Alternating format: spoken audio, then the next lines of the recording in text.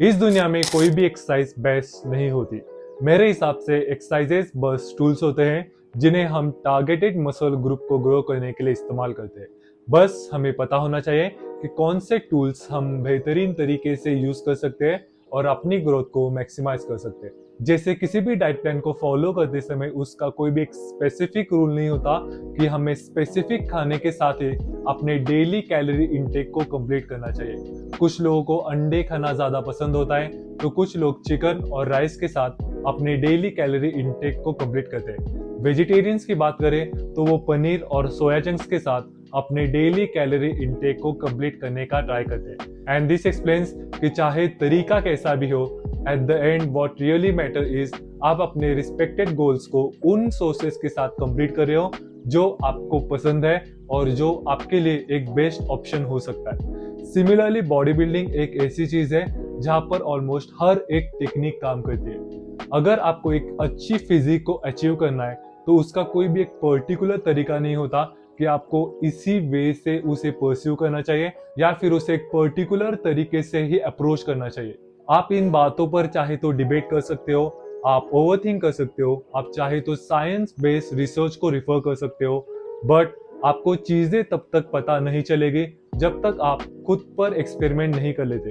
हाँ, science based theories एक point of view से अच्छी हो सकती है, उनके टेक्निक्स थोड़े से अलग हो सकते हैं और कुछ टेक्निक्स राइट भी हो सकते हैं, बट ये चीजें आपको तब तक पता नहीं चलेगी जब तक आप उन सारे टेक्निक्स को एटलीस्ट एक बार एक्सपीरियंस नहीं कर लेते। जैसे एक शिप इंजीनियर को शिप के बारे में सारी बातें पता होती है, उसे पता होता है कि इंजन रूम में सारे पार्ट्स कैसे वर्क करते हैं, वो शिप को कैसे चला सकता है, बट वो कभी भी नेविगेट नहीं कर सकता।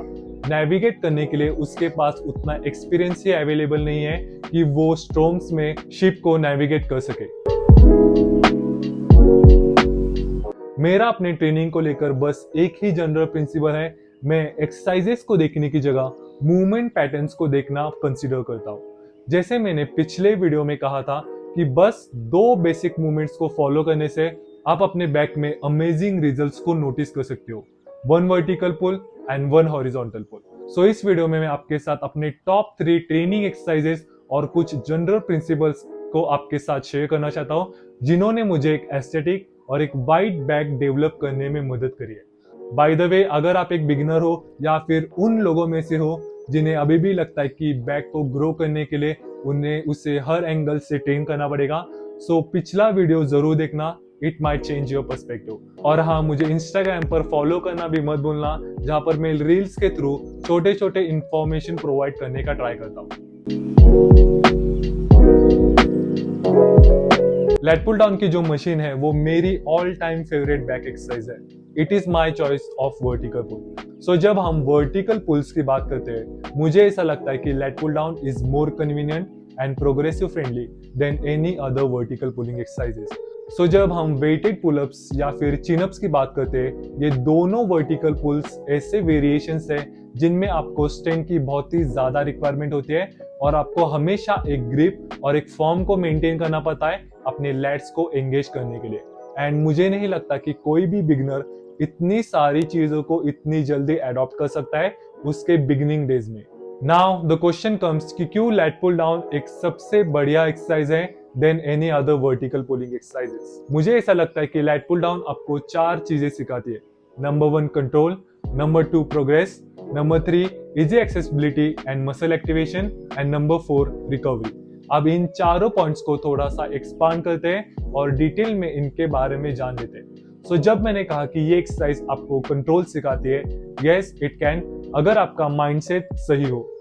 अगर मेरा गोल जिम में लोगों को इम्प्रेस करना होता और ईगो लिफ्टिंग करना होता तो शायद से मैं ऐसी फिजिक या फिर ऐसी बैक कभी भी अचीव नहीं कर पाता।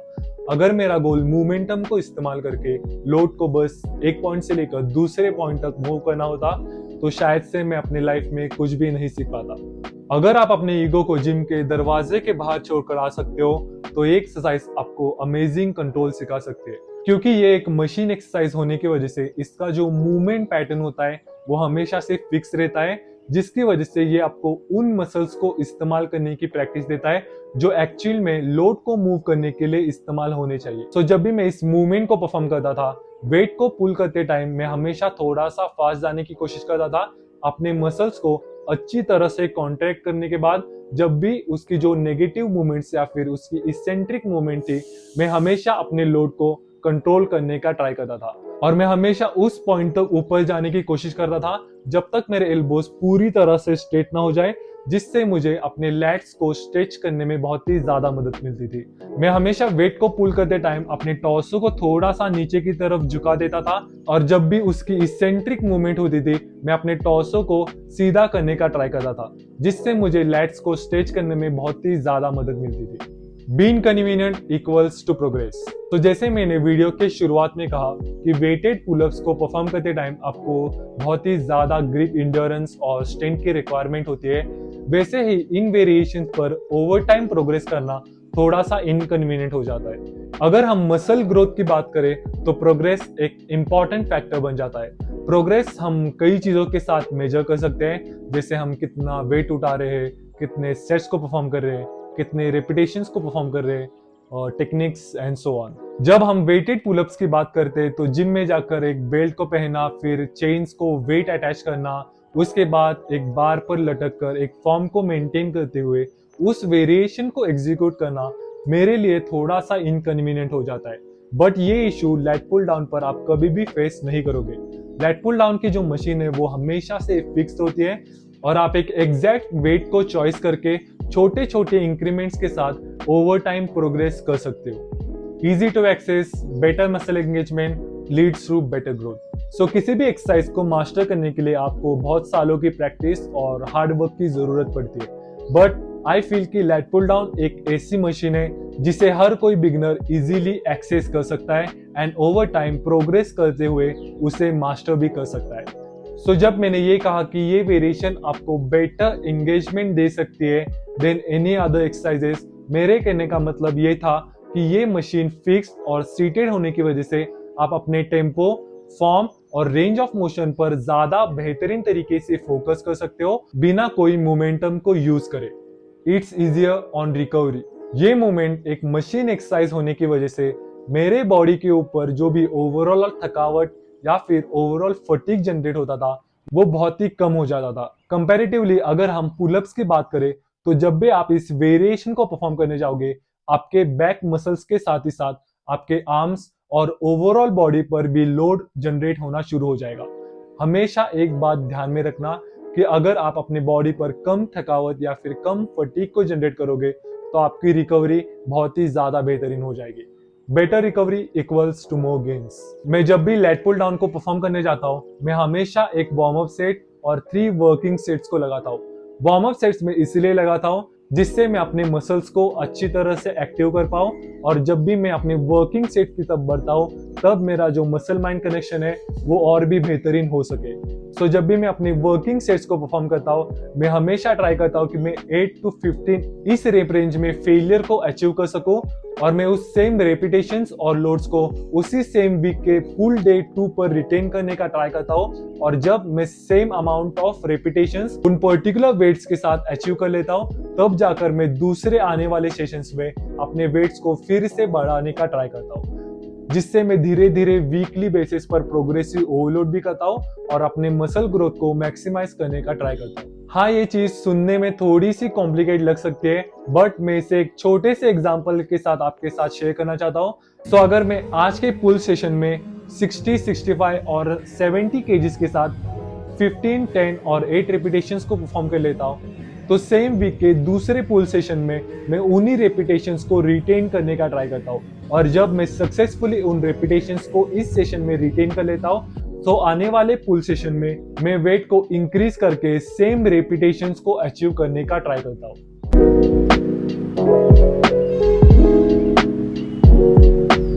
शुरुआत से लेकर अभी तक ये एक इकलौती ऐसी रोइंग एक्सरसाइज है जो मुझे अपने बैक में फील होती है।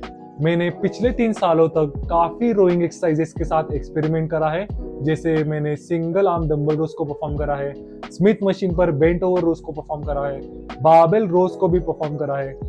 बारबेल रोज को मैं अपने जिंदगी में फिर कभी भी परफॉर्म नहीं कर रहा हूँ। पता नहीं क्यों मुझे वो एक्सरसाइज कभी भी पसंद ही नहीं आती थी।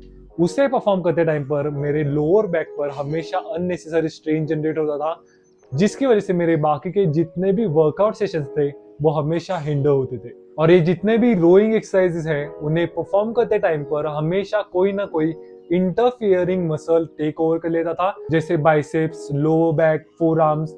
एंड उसकी वजह से मैं कभी भी एक अच्छा मसल माइंड कनेक्शन अपने बैक के साथ जनरेट ही नहीं कर पाया। और मैं हमेशा इस वेरिएशन को परफॉर्म करते वक्त मोमेंटम को बहुत ही ज्यादा यूज कर ले रहा था। एवरीथिंग गॉट चेंज जब मैंने मशीन रोज को ठीक से और सीरियसली परफॉर्म करना शुरू करा।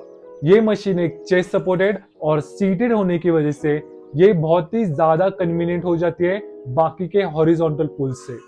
बाकी के जितने भी हॉरिजॉन्टल पुल्स है उनमें मुझे एक प्रॉब्लम बहुत ही ज्यादा नोटिस होती है, वो सारे रोज अनसपोर्टेड होने की वजह से हम बहुत ज्यादा अपने बॉडी मोमेंटम को यूज कर लेते हैं और उसकी वजह से हमारे लोअर बैक पर एक अननेसेसरी स्ट्रेस जनरेट होना शुरू हो जाता है। सो जब भी हम रोज को परफॉर्म करते हैं हम हमेशा अपने अपर बैक और लेग्स को टारगेट करने का ट्राई करते हैं। मेरे हिसाब से मशीन रो मेरे लिए एक बेस्ट टूल है जो मुझे अपने सारे मसल ग्रुप्स को स्टिमुलेट करने में मदद करते हैं बिना कोई एडिशनल प्रॉब्लम्स के। इस वेरिएशन को परफॉर्म करते समय मुझे अपने बैक में जो कॉन्ट्रैक्शन और जो एंगेजमेंट फील होती है वो एंगेजमेंट मैंने कभी भी दूसरे किसी भी रोइंग मूवमेंट्स में फील नहीं करी है। हर एक्सरसाइज की तरह मैं अपने हर सेट में वेट को कंट्रोल करने का ट्राई करता हूँ और एक अच्छा कॉन्ट्रैक्शन मिलने के बाद अपने लैट्स में मैकेनिकल टेंशन को मेंटेन करते हुए इस वेरिएशन को एग्जीक्यूट करने का ट्राई करता हूँ। मैं कभी भी अपने लैट्स को अननेसेसरीली स्ट्रेच करने का ट्राई नहीं करता हूँ। मैं हमेशा अपने लैट्स में मैकेनिकल टेंशन को मेंटेन करते हुए इस वेरिएशन को एग्जीक्यूट करता हूँ। सो जब मेरे एल्बोस पूरी तरह से स्ट्रेच हो जाते हैं तब मैं वेट्स को पीछे की तरफ पुल करता हूँ और मसल्स को अच्छी तरह से कॉन्ट्रैक्ट करने के बाद उसकी इसेंट्रिक मूवमेंट को फिर से कंट्रोल वे में एग्जीक्यूट करता हूँ, जिससे मैं अपने लैट्स में एक मैकेनिकल टेंशन को ओवरऑल द टाइम मेंटेन कर सकूं। मुझे आप सभी के साथ एक छोटी सी टिप को शेयर करना है जिससे मुझे बहुत ही ज्यादा मदद मिली व्हाइल परफॉर्मिंग मशीन रोज। सो जब भी मैं इस वेरिएशन को परफॉर्म करता था मैं पुल करते टाइम अपने स्कैपुला को रिट्रैक्ट और इसेंट्रिक मूवमेंट में प्रोट्रैक्ट करने के बारे में इतना सोचता नहीं था, बट जब मैंने पिछले कुछ महीनों से अपने स्कैपुला को रिट्रैक्ट और प्रोट्रैक्ट करना शुरू करा I really got better result. So give it a try. और एक बात, जब भी आप इस मूवमेंट को परफॉर्म कर रहे होगे हमेशा यही सोचना कि आप वेट्स को अपने एल्बोस के साथ पुल कर रहे हो, जिससे आपके आर्म्स इतने ज्यादा इन्वॉल्व नहीं होंगे और आप अपने बैक के साथ एक अच्छा मसल माइंड कनेक्शन बिल्ड कर सकोगे। अब मेरे जिम में जो हैमर स्ट्रेंथ की मशीन अवेलेबल है उसमें 2 तरह के हैंडल्स और 2 तरह की ग्रिप अवेलेबल है। अब शुरू में अगर आप एक बिगिनर हो तो ये मशीन आपको थोड़ी सी कंफ्यूजिंग लग सकती है, मे बी आप ओवरथिंक करने लगोगे या फिर हर एक ग्रिप के साथ अलग अलग सेट्स को परफॉर्म करने लगोगे और एनालाइज करोगे कि कौन सी ग्रिप मसल ग्रोथ और हाइपरट्रॉफी के लिए बेहतरीन है and so on. Just stop overthinking about it, क्योंकि at the end of the day ये एक हॉरिजॉन्टल पुल है।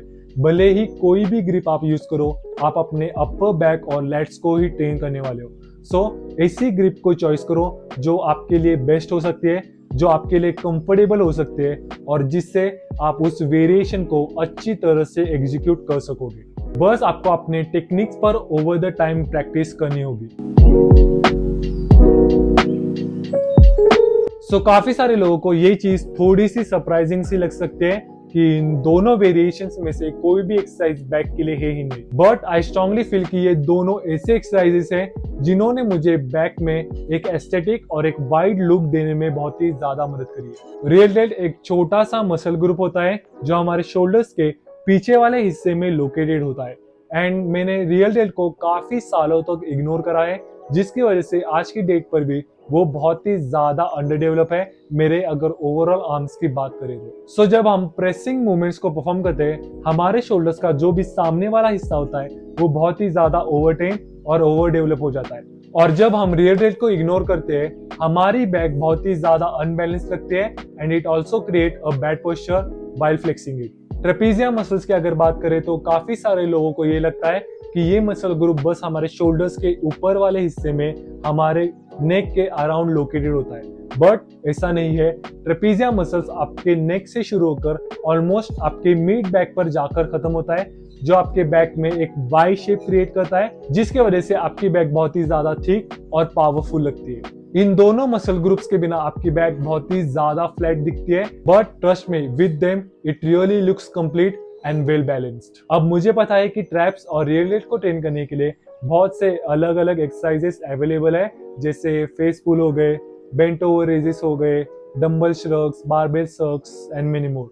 बट आई स्ट्रांगली फील कि reverse pec deck flies is more convenient and more safer than any other exercise. और traps की बात करें तो मैंने रिसेंटली ही इंक्लाइन सपोर्टेड श्रग्स को परफॉर्म करना शुरू करा है, and trust me, it is a really good exercise जो आपके ओवरऑल ट्रेपेजिया मसल्स को ग्रो करने में बहुत ही मदद करेगी। रिवर्स पेग डेक फ्लाइज को परफॉर्म करते समय मुझे कभी भी मूवमेंट पैटर्न्स या फिर स्टेबिलाईजेशन के बारे में इतना सोचना नहीं पड़ता। ये एक मशीन होने की वजह से I can simply adjust my self and train hard. अब इस मशीन को परफॉर्म करते समय शुरुआत में आप सेटिंग्स को लेकर बहुत ही ज्यादा कंफ्यूज रहोगे, but over the time practice करके और एक्सपेरिमेंट्स करके आप अपने लिए एक सूटेबल और कंफर्टेबल सेटिंग को इजीली ढूंढ सकते हो। मैंने शुरुआत में जब इस मूवमेंट को परफॉर्म करना शुरू करा था, मैंने स्टार्टिंग में बहुत सारे प्रॉब्लम्स को फेस करा था। जब भी मैं इस वेरिएशन को परफॉर्म करता था, मैं हमेशा अपने नेक और ट्रेपेजिया मसल्स को इन्वॉल्व कर लेता था और मेरा अपने रियर डेल्ट के साथ जीरो मसल माइंड कनेक्शन था। बट जब से मैंने इस तरह से इस वेरिएशन को परफॉर्म करना शुरू करा, जहां पर मैं अपना एक पैर आगे की तरफ और दूसरा पैर पीछे की तरफ रखता हूं और अपने स्कैपुला को अच्छी तरह से रिट्रैक्ट करने के बाद अपने नेक को अच्छी तरह से स्टेबलाइज करने के बाद जब भी मैं इस वेरिएशन को इस तरह से एग्जीक्यूट करता हूं, it really got me better result. This is my style of performing this exercise. So अगर आपको भी रिवर्स पेग डेक फ्लाइज को परफॉर्म करते समय बहुत सारे प्रॉब्लम्स को फेस करना पड़ रहा है, तो आप इस पोजीशन को ट्राई कर सकते हो। बट ये पोजीशन मेरे लिए बेस्ट है, वो आपके लिए भी बेस्ट हो सकती है, इसकी मैं गारंटी नहीं दे सकता। इसकी जगह अपने ऊपर खुद एक्सपेरिमेंट करो, आपके लिए क्या सुटेबल है वो खुद ढूंढना शुरू कर दो। अब इंक्लाइन चेस्ट सपोर्टेड श्रग्स की अगर बात करें तो मैंने रिसेंटली इस वेरिएशन को अपने वर्कआउट रूटीन में ऐड करा है, जहां पर आपकी बॉडी एक इंक्लाइन प्लेटफॉर्म पर लीन होती है और आप कोई भी मोमेंटम को यूज ना करते हुए अपने फेलियर को इजीली अचीव कर सकते हो। मैं आपको रिकमेंड करूंगा कि इस वेरिएशन को आप स्मिथ मशीन पर परफॉर्म करना, क्योंकि स्मिथ मशीन की जो बारबेल पोजीशन है वो फिक्स्ड होने की वजह से आप इस वेरिएशन को इजीली एग्जीक्यूट कर सकते हो। सो आप में से बहुत सारे लोगों को ऐसा लगता होगा कि ये दोनों मसल ग्रुप बहुत ही छोटे हैं एंड इन्हें ट्रेन करने से इतना ज्यादा बेनिफिट हमें बैक में कुछ भी नहीं होने वाला। बट रियर डेल्ट और ट्रैप्स एक ऐसे एडिशनल एज है जो आपके फिजिक को स्टैंड आउट करने में बहुत ही ज्यादा मदद करते हैं। So make sure you train your delts and traps well. So ये थे मेरे टॉप 3 एक्सरसाइजेस जिन्होंने मुझे बैक को ग्रो करने में बहुत ही ज्यादा कंट्रीब्यूट करा था। सो आज का वीडियो यहीं पर ही खत्म करते हैं। अगर ये वीडियो आपको पसंद आया होगा तो प्लीज लाइक करना, अपने दोस्तों के साथ शेयर करना, चैनल पर नए हो तो सब्सक्राइब जरूर करना, और कोई भी इंप्रूवमेंट आपको सजेस्ट करनी हो तो कमेंट सेक्शन में जरूर बताना, मैं उन पर काम जरूर करूंगा। सो मिलते हैं जल्दी आपको एक नई वीडियो के साथ, तब तक के लिए keep watching and keep flexing. Bye. Machine row छोटी सी टिप को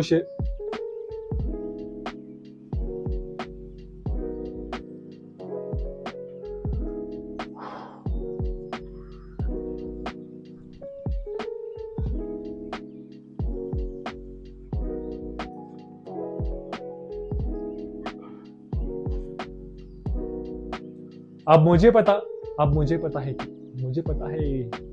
भाई, अब मुझे पता है।